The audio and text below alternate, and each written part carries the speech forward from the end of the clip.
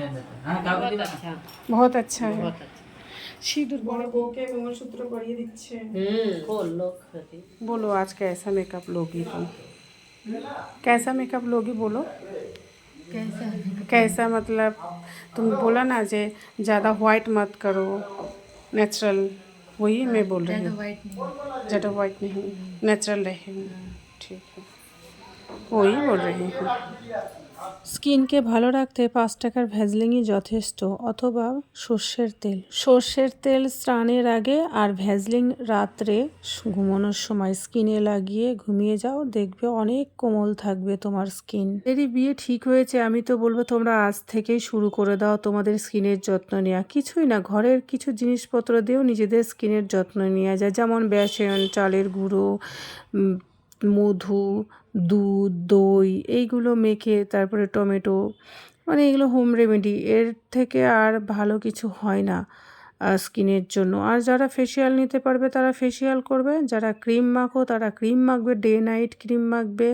Skin যত ভালো থাকবে তোমার মেকআপ তত ভালো স্কিনে বসবে, তত সুন্দর তোমাকে লাগবে। আর তুমি যদি কোনো দিন স্কিনে কোনো ময়শ্চারাইজার ব্যবহার করো না, কোনো ফেসিয়াল করো না, ফেসিয়াল হেয়ার যেগুলো রেগুলার রিমুভ যদি না করো, তোমার স্কিনে কি করে মেকআপ সুন্দর হবে? আমি কেন, কেউই করে দিতে পারবে না। আর এটা মেকআপ মানে এটা তুমি ওপর থেকে কিছু একটা লাগাচ্ছ, কোনো মেকআপ। আর এটা কিন্তু ওই যে বলে না যে এটা কিন্তু তোমার স্কিনে সার্জারি করে দিচ্ছি না, যে এটা স্থায়ী হয়ে থেকে গেল করে দিলাম। এটা মেকআপ করার পরে অনেক সাবধানে থাকতে হবে, যেমন ঘুমিয়ে পড়লে চলবে না, যদি মুখ সুরসুর করে মানে চুলকায় তাহলে শুধু ড্যাব ড্যাব করতে হবে, নখ দিয়ে এরকম করে হাঁচড়ালে হবে না, কারণ এটা তো একটা পলব টাইপের মতো, তাই না?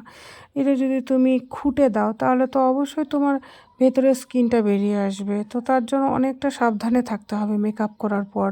আর অবশ্যই যদি ঘাম হয় মানে তখনও কিন্তু মেকআপ উঠে যাওয়ার সম্ভাবনা থাকে, যদি তুমি সোয়েট প্রুফ মেকআপ না নাও, এইচডি মেকআপ না নাও। তুমি নর্মাল মেকআপ চাইলে নর্মাল মেকআপই তো হবে, থোড়ি তোমাকে হাই কোয়ালিটির মেকআপ তো আমি দিতে পারবো না। তো এর সঙ্গে আমি আরও কয়েকটা পার্টি মেকওভার করেছিলাম, সেগুলোও তোমাদেরকে আমি শেয়ার করলাম। যারা চাইছো আমার কাছে সাজতে তোমরা কিন্তু বুকিং করে নিও আগে থেকে। 2026-এর কয়েকটা ডেট কিন্তু বুক আছে, তো তোমরা যারা চাইছো তারা ঝটপট করে বুক করে নিও। মেসেঞ্জার কিংবা হোয়াটসঅ্যাপ নাম্বার কিন্তু আমার ফেসবুকেই দেওয়া আছে।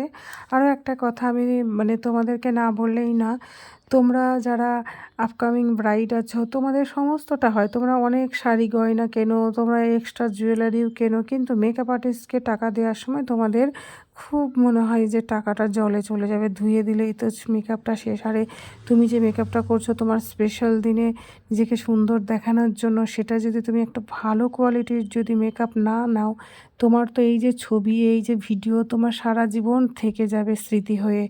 আর সেটাতে তোমরা করো কি করো, কিপটামি করো, ঠিক আছে?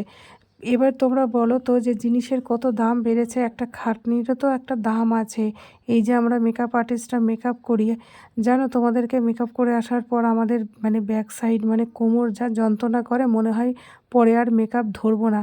আর নাহলে মনে হয় কেন এই কাজটা করছি, এর থেকে অন্য কাজ করা অনেক ভালো ছিল।